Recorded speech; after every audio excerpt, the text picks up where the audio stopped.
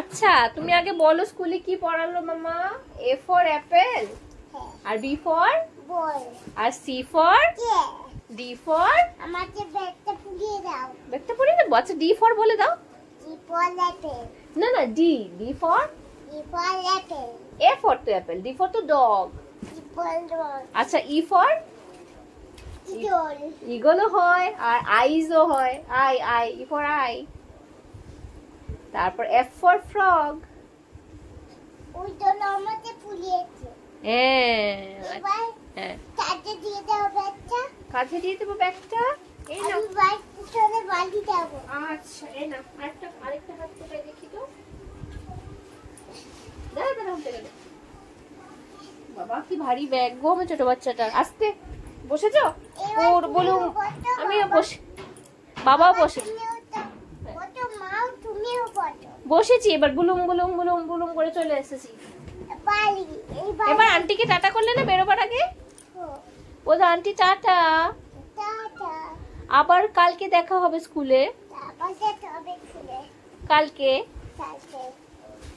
তাহলে দেখলে সানভি আর আমি কিভাবে স্কুল খেলি। ওকে স্কুলে যাওয়াটাকে যেন একটা অভ্যেসে দাঁড় করানো যায়। স্কুল যে ভয়ের জিনিস না সেটা বোঝাবার জন্য বিশেষ করে ওর সাথে আমি স্কুল বাড়িতে প্র্যাকটিস করতাম, এখনও করি। আস্তে আস্তে ও ঠিক কান্নাকাটি বন্ধ করে দেবে। এখন তো এমনি তো খুব বেশি ও কাঁদছিল না, কাঁদছে, সব বাচ্চা যখন কাঁদে তখন ও কাঁদছিল। তো এবার সানভিকে আমি বলছি আমি তো তোমার জন্য বাইরেই ওয়েট করি মাম্মা, তোমার কাঁদার দরকার নেই।